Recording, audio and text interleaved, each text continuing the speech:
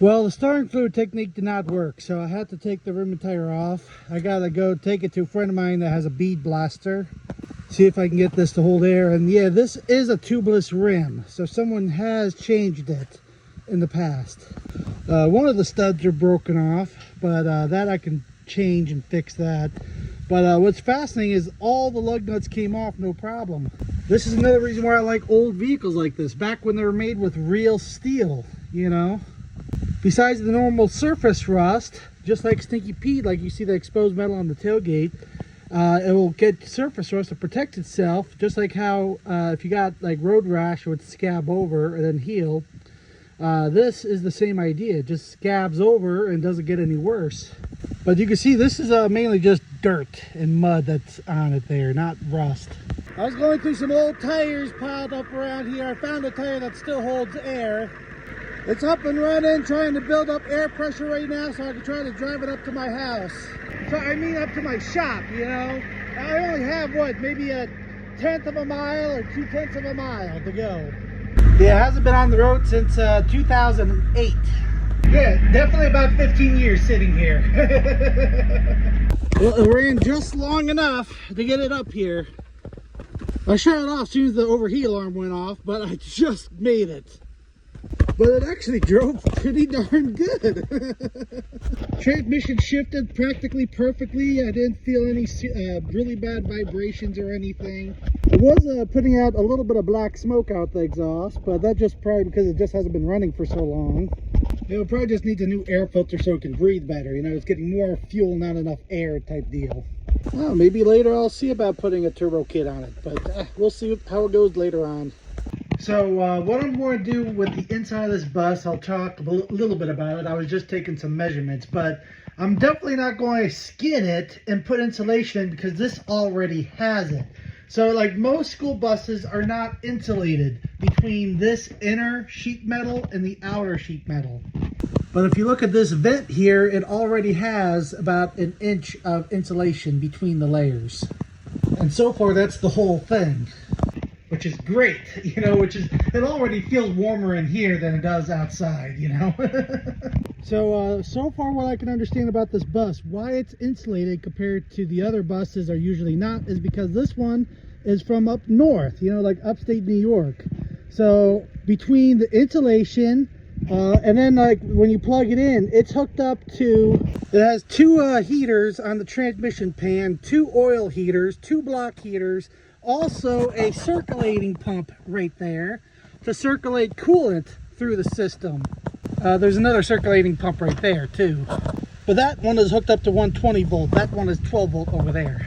So far that's why I understand with the Canadian stickers and stuff. A military guy kind of reached out to me, a comment on my previous video. Basically they took troops for training from upstate New York up to Canada and back. You know, this one right here is the one training thing. So again, a lot of people are giving you a hard time. Oh, you can buy a newer bus for $5,000 and it does not need much work at all. I got this for under $1,000. And metal-wise, it's all really good. Don't have to tear it all apart and add insulation, all this extra stuff. So see, when I look at something, I try to plan things out. I don't look at just a little piece. I look at multiple things, see if this might be a better option than this. So I had like 3 different like junkyards. 2 of my friends own and operate pretty much full-on junkyards. And then I got relatives of mine that have their own little junkyards that I'm going to go through and find spare parts and stuff. See if they have tubeless rims. Now finding the 10 by 22.5s, getting matching tires with good tread, that is going to be a little bit harder because most likely they're going to be dry rotted, even if you did find them matching a good tread. But like that's kind of the cost of doing a build like this is tires and brakes are like general maintenance, you know. So I don't try to think of that as like a cost of buying a bus that's already on the road compared to fixing this one up. Even if I bought a bus for like $5,000, I was still going to need to get tires for it. Maybe not brakes, but definitely tires. So I just like, on the motor wise, I got to make sure those block heaters, oil pan heaters are working, make sure the glow plugs are all working and stuff. And this thing could go up in Canada. This could be in like sub-zero temperatures and still fire right up. So this thing, to tow Stinky Pete around to all the truck shows, or if I just want to take the bus and just travel by itself, you know, this bus is going to work out really good. No emissions and none of that kind of crap. It's all grandfathered in. I can run it on my homemade diesel fuel and all that stuff. So like I could pretty much drive this bus to California and back for under $50. Literally, I'm going to be spending probably more money in tolls than what I'm going to pay in fuel.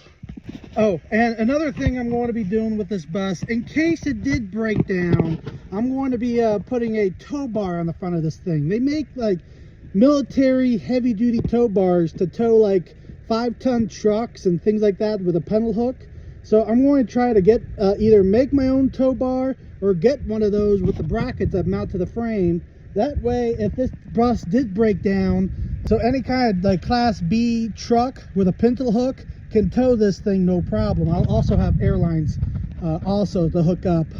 So worst case scenario, I can always get this towed at least off the road to a shop to get fixed, or I can rent a truck or something, or get another bus or something and tow this home. There's a lot of different options I have for towing wise to get this thing back home without paying huge amounts of money for a full-on tow company.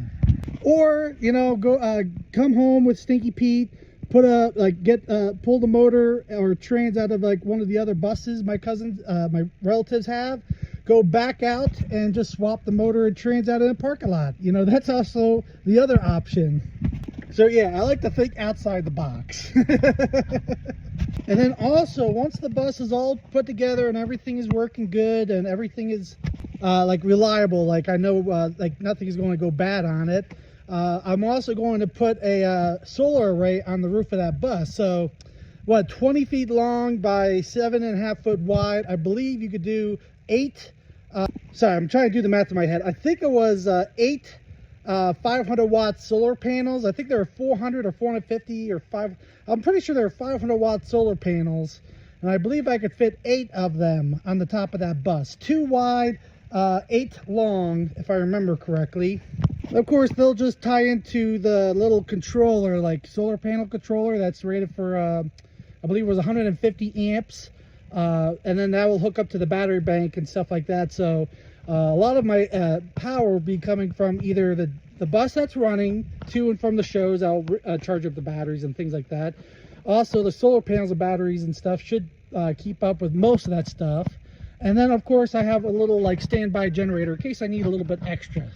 Now, like that's the kind of cover, like the 12-volt diesel heaters don't use a lot of power. They only draw about 20 amps each, and there's 2 of those and some lights, and then the refrigerator should only be drawing about like 15, like average of like 10 to 15 amps or something like that, running the refrigerator. So like a set of solar panels will definitely produce enough power to keep up with that basic power usage during the winter. And then during the summer, like the air conditioners and stuff running during the day, it should keep up pretty good. I was measuring where these heaters are. Now these ones I'm probably going to remove. Those are the original, like coolant goes through to these heaters, and there's another one back here. Well, those run off the coolant of the engine, which I'm going to eliminate those. Now, I don't have to do anything with the plywood floor. It's actually in good shape, but I'll get a better look at it once all this rubber is peeled off. So, like, I could peel up this wood and show you that it's in good shape still. So, like, I ripped up that center floor mat. You can see all the wood so far is good. Now, normal age, it has a little bit of a rippling between the cross members, but that's normal. That's not going to bother me. As soon as I put carpet on this, you won't even notice. So besides all the seats are going to come out, and this like padding here is going to come off. And with a grinder with a cutting wheel, this lip that these seats bolt onto, I'm going to cut them so it's pretty flush with this wall. For shelving, it's just going to be a simple L bracket with a simple shelf with a lip on it, so you can store all your stuff on it. So pretty much right at the wheel well will be a wall here with a door. So that's going to be the master bedroom, and the bed is going to be either widthwise with the bus or lengthwise, you know, for a queen size bed. From against this wall up, I believe it was 80 inches, will be a set of bunk beds here. And I'll see how far that comes forward, but it comes up to pretty much this seat, so you only have this little bit of area left. On the other side from that wall will be a regular kitchen counter, stove, and a refrigerator. Yeah, because I'm not taking that heater out, the bunk beds might be on that side, and the countertop, oven, and refrigerator will be on this side. So this will probably be like a little dining room table here, and then this would be like a couch here. I don't have the room that I thought to do like a little tool room type thing, but maybe. I got to see how things work out. So I just took a whole bunch of measurements, so I got to go back home and start going through them and actually like drawing up an actual blueprint. Well, I'm going through my other cousin's pile of old rims and tires, and I went through about a quarter of them, and I found tubeless rims for that bus, 22 5s, that'll fit on the 20-inch hubs. I'll double check with a tape measure, make sure they're all right. There's a couple original split rims in the pile and some brand new tires. I'll see if I can find some matching tires that are 10 by 22.5s. I think for now, just because I don't want to dig through the whole pile right now, I might just get new tires, and if I need some spare ones or something, I'll go through them. But there's still like another probably 8 of those split rims in here, you know. Probably at least 5 more in here if I keep digging through them. I'm mainly looking for the tubeless rims that accept the 22.5-inch tire, because these tires are cheaper than getting the original size. I know it doesn't seem like it, but these used rims are going to save me $200 a piece of buying new rims or refurbished rims. So I got all 6 tubeless plus 2 spare rims. So here's a original 8.25 by R20. I was measuring the inside diameter.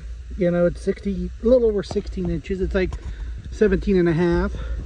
And I was just checking all these inside diameters, and they're all the same so far that I can see. So all these will fit on that bus. 7 inches wide. Yeah, 7 inches wide, where it will sit against the piece here. Okay, this one will not fit. This is 8 inches wide. The inside diameter is right, but the width is not. And like, I'll do videos later on, like doing the walls and stuff on the inside, how I'm running the wires and outlets and things like that. But this bus will be very easy to do. Basically, you just throw up like a 1/4-inch plywood on the sides, and then a few other walls and stuff, and you're pretty much done. You don't have to completely gut it like other people do and add insulation and stuff. That right there is saving me like 2 to 3 weeks of work. And man, what is that in insulation? That's probably $1,500 worth of insulation that the bus already has that I don't have to buy. Also, that's materials like to cover the roof of that bus and stuff I don't have to buy, like boards and things like that, like a 1/4-inch like floor boards that you screw up to the roof once you put insulation in. Like, a lot of that stuff I don't have to do. I don't even have to touch it. I love the simplicity of it. But between, like, it just every time I think about it, like, my cousin has another of the exact same buses, which I can pull the whole drivetrain out of if I need to. And then my other cousin has another bus just like it. Again, I could pull the whole drivetrain out of it. So between differentials, transmissions, and engines, I'd practically have everything I need to go at least 500,000 miles with the thing. I definitely got to do rust prevention on the bus, like you used to do with Stinky Pete. Just spray the whole underneath with like waste motor oil and stuff. That will help keep it from rusting really any worse than it already is. And I don't really plan on doing too many winter driving. Like during the winter, most of the truck shows are down south. So like down in Florida, Texas, and things like that. So like during the winter, I might do more of those southern type truck shows, and then during the summer, northern ones. Well, I'm here doing some measurements, seeing what fits or how the layout is going to be. Well, for the whole inside of it, it's 20 feet long, 7.5 feet wide, and minimum 6 foot tall at the lowest point at the top of the windows. So basically, by taking my measurements and stuff, I pretty much have it all mapped out. So for the master bedroom with a queen size bed, that leaves about 20 inches between this wall and the bed, and like basically a foot between the foot of the bed and that. So I could still squeeze through there to make the bed, things like that. Bunk beds will be right here above these two heaters and this wheel well and stuff. So this is the kitchen counter. This is a stove and oven. There's the refrigerator. There's like the kitchen, like a dining room, just two little chairs and a small table. And then like a love seat or a two-seater sofa right here. So that should be the overall layout. Like, I didn't do this door exactly, but I should have room to put the door in and have it swing in enough to go in and out. I can move this table around a little bit. The door for the refrigerator can open up all the way, just fine. Also right here, the door for the oven has room to open. Like these are the steps that come into the bus, like steering wheel and the driver's seat. So you have a better idea. Like this is the back of the bus here where the emergency exit is. Yeah, it basically just doing the basic layout takes up the whole thing. I'm probably going to put a toolbox on the front bumper hanger type assembly I'm going to make. So from the emergency exit, there'll be a couple things under the bed, like basic triangles and basic tools and stuff. Whatever I can reach under the bed here will be storage. Some more storage under the bed here. Not much. There will be a shelf here and there. So for an 8-foot piece of plywood, I'm going to be cutting off 2 foot. So the 2-foot shelf is going, excess will come out here, 2 feet, for the trimmings with L brackets for shelves. So I just did a rough marking. So basically, the 2 feet I cut off the top of the plywood, I'm going to come out 2 feet, and there will be a lip, so nothing just falls off with an L bracket to hold it up. So these will be the shelves going basically the whole length here, length through there, from the refrigerator all the way back, and then the whole length of the bed, front and back. Oh, I just realized I can have this door open towards the driver's seat area, which might work out better. So yeah, I fixed that. Outlet box.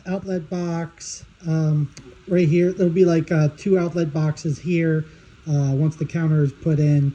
Electrical to the stove and refrigerator. The stove is going to be propane. I'm going to put the propane tank under where it would be a kitchen sink, but I'm not doing water. I can always put a sink in it later, but for now, I'm just doing it just a regular countertop.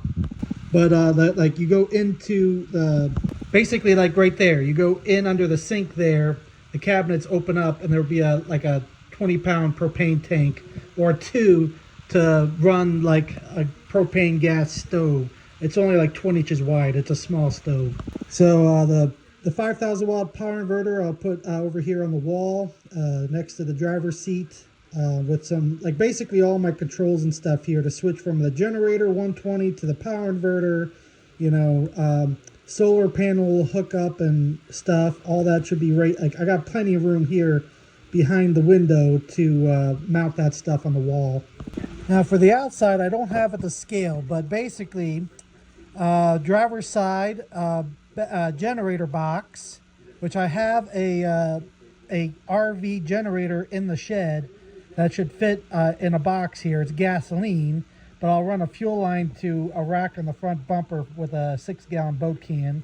The battery box, 100-gallon fuel tank, which might go forward or back because there's an air tank there. Another 100-gallon fuel tank. Hitch receiver, mount on the frame with 2 spare tires. Another 100-gallon fuel tank. I think I might have enough room for 2 100-gallon fuel tanks before the factory original, or I might just do 2 100-gallon tanks on that side before you get to the steps here. So that basically all the way around the skirt, all the way around, pretty much will have at least 4 fuel tanks all the way around. 4 100-gallon fuel tanks, possibly 5, but I won't know until I get underneath to do more measurements and stuff, you know. But if it's 500 gallons total, that should give me at least 5,000 miles of fuel range.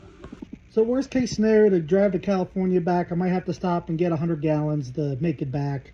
Or another thing I can do is on the trailer with Stinky Pete, I could put a 100-gallon transfer tank on the front. Then I know for a fact I have enough fuel for the RV, the bus to go all the way to California back, and have 100 gallons for Stinky Pete to drive around and things like that. So I'm sorry if this is boring to you, but I just want to give you a layout that you could possibly use for yourself. Really, the only thing you would have to change for like a short bus is really just get rid of the couch and dining area, and you can have this like from there back for a mini bus, which is like a family of 4. You know, you got mom, dad, and 2 kids kind of deal. And the only thing I would put right here would be like a shower type thing or bathroom.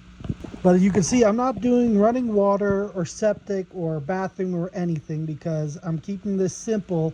If I don't have water, then I don't have to register it as a RV. I don't have to change registration or title or anything like that. And I'll be parking at truck stops like Love's and Flying J and stuff like that, which if you've ever been there, they already have, like I said before, showers, washing machines, bathrooms, things like that. Now, if I wasn't planning on having guests like stay with me or anything like that, I would have gotten rid of the bunk bed and done a bathroom or something, this whole area here.